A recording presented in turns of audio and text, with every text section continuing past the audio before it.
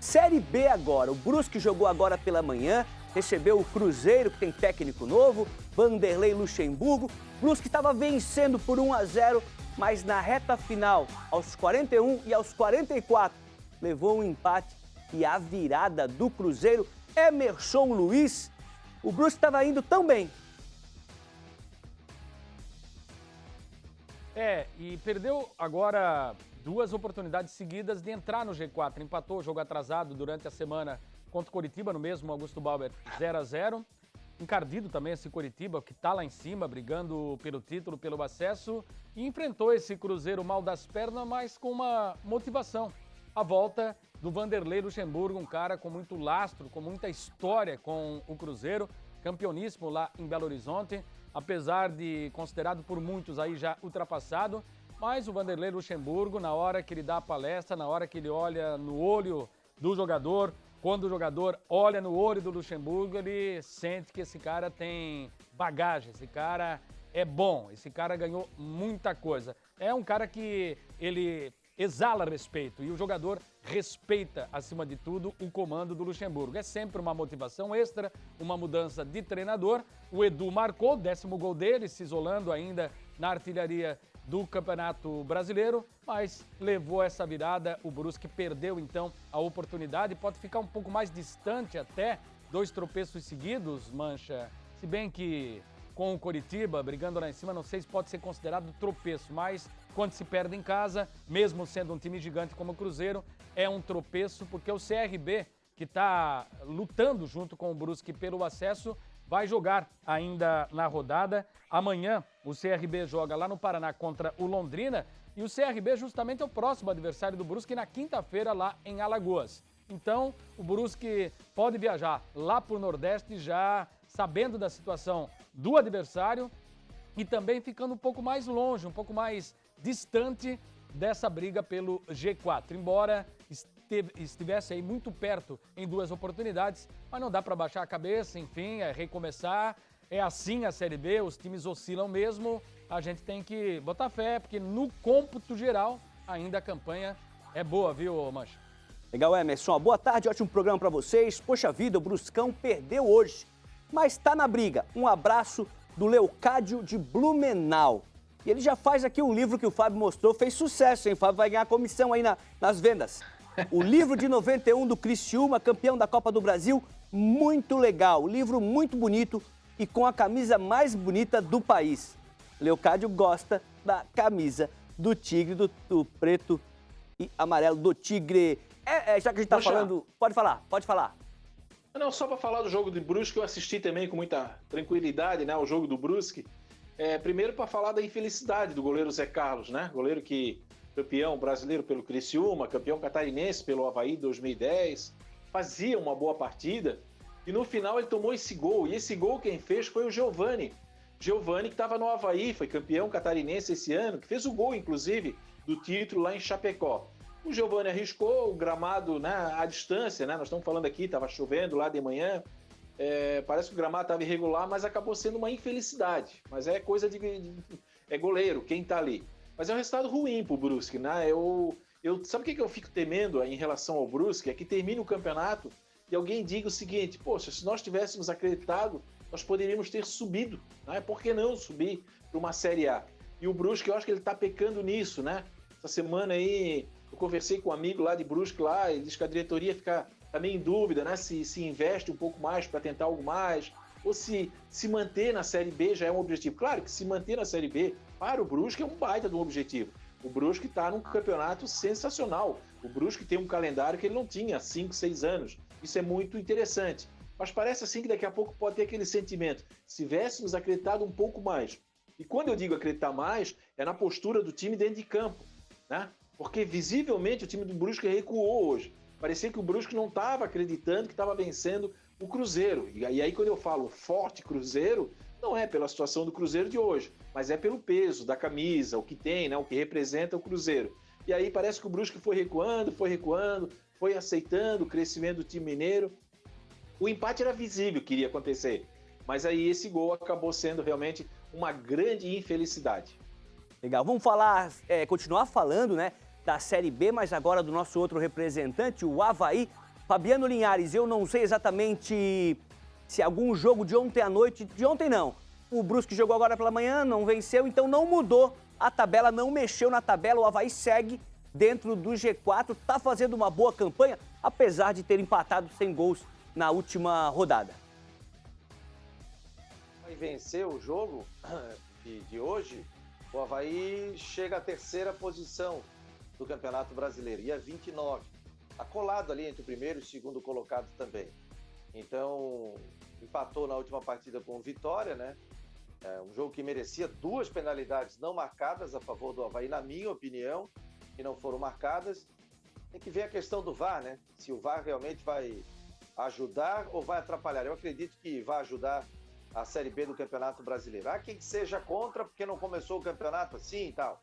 Mas o Avaí teve a oportunidade, Vitória muito acuado, com jogadores reservas. Vitória não vem bem na competição, tá lá sempre na zona intermediária do Campeonato Brasileiro, né?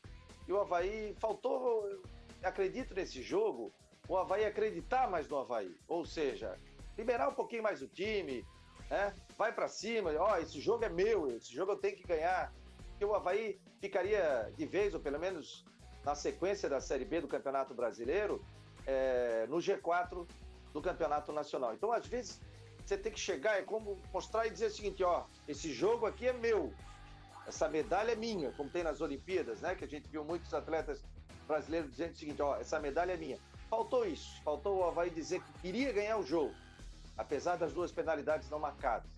Mas o Avaí, para mim, desperdiçou 2 pontos lá contra o Vitória. Ô, Fábio, rapidinho, acabei não te perguntando lá do início da tua participação, que a gente falou de gente saindo do Figueira e gente saindo também do Avaí, né? O Júnior Dutra deu o prefixo, saiu do ar, vai jogar no futebol aí do exterior. Não sei se pegou o torcedor de surpresa, mas vi alguns comentários no seguinte sentido: chegou, não jogou nada, ficou no departamento médico, tinha até alguém que falou, comeu o dinheirinho do Avaí e foi embora. O que você acha? Mancha, é interessante, porque um dia antes o Avaí tinha anunciado o retorno do Rômulo, né? Então eu falei com o Marquinhos Santos, o Marquinhos me disse assim, Fábio, essa semana nós vamos fazer uma reunião para definir a questão dos atacantes. Ele disse assim, a princípio não sai ninguém. Foi a resposta do Marquinhos. Falei com o Marco Aurélio Cunha, já nos concedeu a entrevista aqui também.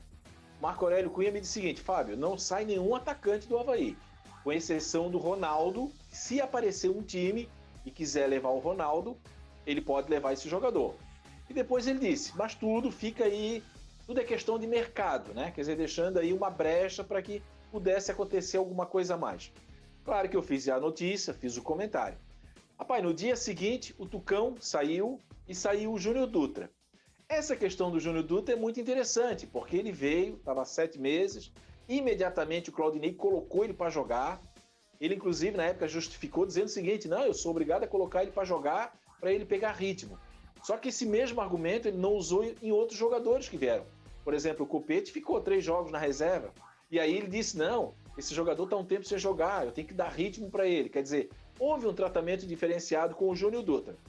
O fato é que o Júnior Dutra tinha uma cláusula, segundo o Avaí, e tendo a cláusula tem que sair, como saiu o Giovani, como saiu o Foguinho. E é interessante, né? Porque o Júnior Dutra ele se junta a esses 2 jogadores, que são atletas que vieram para o Avaí, se recuperaram fisicamente, tiveram um período no DM, quando voltaram, quando estavam mostrando um bom futebol, saíram por questão de contrato. Então eu acho que, de repente, o Avaí tem que começar a rever esses contratos aí. Perdeu o Giovani. O Giovani hoje seria titular no time do Avaí. Foi esse que fez o gol hoje de manhã, né? Contra o Brusque pela camisa do Criciúma. O Foguinho seria titular do Avaí. Agora o Júnior Dutra não, tá? É um jogador esforçado, um jogador que tem o seu mérito, tudo certo, tudo bem, mas pela quantidade de atacantes que tem o Avaí no seu elenco hoje, Júnior Dutra não vai fazer falta.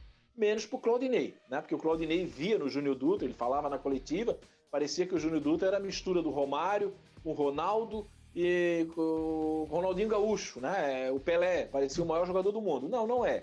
Iguais a ele ali, o Avaí tem bastante hoje no seu elenco. Mas o Avaí pode perder também o Jonathan, né? E segundo informações, e aqui eu quero dar o crédito para o Christian de Los Santos, repórter da Guarujá, o Christian disse durante a semana que ele tem um pré-contrato assinado com o Atlético Paranaense. E eu não sei, deixou no ar até que ele não jogue mais, ele nem viajou, não estava junto na delegação. Então, de repente, o Avaí pode perder mais um atacante aí para a sequência do campeonato. Olha, Fábio, o Giba Ramos, nosso telespectador, morador do Jardim Atlântico aqui em Florianópolis, fala sobre isso. Ó, primeiro, um feliz Dia dos Pais a todos. O Avaí insiste no amadorismo ímpar. Foguinho, Júnior Dutra, Alan Costa, todos frequentaram o departamento médico por um longo tempo e na primeira chance, pé na estrada. O Avaí, independentemente da qualidade, agora tem o Jonathan. Tem que deixar treinando e não botar em campo.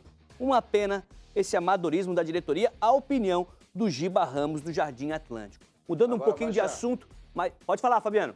Só um comentário rápido, né? Engraçado, né? Por exemplo, o Bruno Silva tinha 2 anos de contrato. Aí machucou. Ah, não, pô, como é que o Avaí faz um contrato de 2 anos? Agora o torcedor tá pedindo, pelo amor de Deus, para renovar com o Bruno, porque o Bruno chegou, ficou um bom tempo no departamento médico, teve problemas extra-campo. Hoje é unanimidade pro torcedor do Avaí, né? Então isso é engraçado. Agora, com relação ao Jonathan, não fica. O Jonathan tem contrato até dezembro. O Avaí fez uma proposta em abril para ele. O empresário dele fez uma contraproposta, que muito fora dos limites financeiros do Avaí. E aí ele disse o seguinte, ó, chega, não tem mais o que fazer, esse valor não dá. E aí ele assinou um pré-contrato, a informação do Christian de Los Santos, trouxe na Guarujá e não marcou no esporte, dizendo o seguinte, que realmente ele assinou um pré-contrato e está com os dias contados para o Atlético Paranaense. Acredito que, em função disso, ele não jogue mais com a camisa do Avaí, porque ele tem contrato até dezembro, mas que o Jonathan não jogue mais. Sobre Júnior Dutra, não vai deixar saudades, porque o Avaí acabou encaixando a vinda do Rômulo. Então, acredito que entre Rômulo e Júnior Dutra, o Rômulo está muito acima do Júnior Dutra e acho que vai ser mais importante nesse momento que o Júnior Dutra. Além do lado financeiro, né, que o Avaí economiza.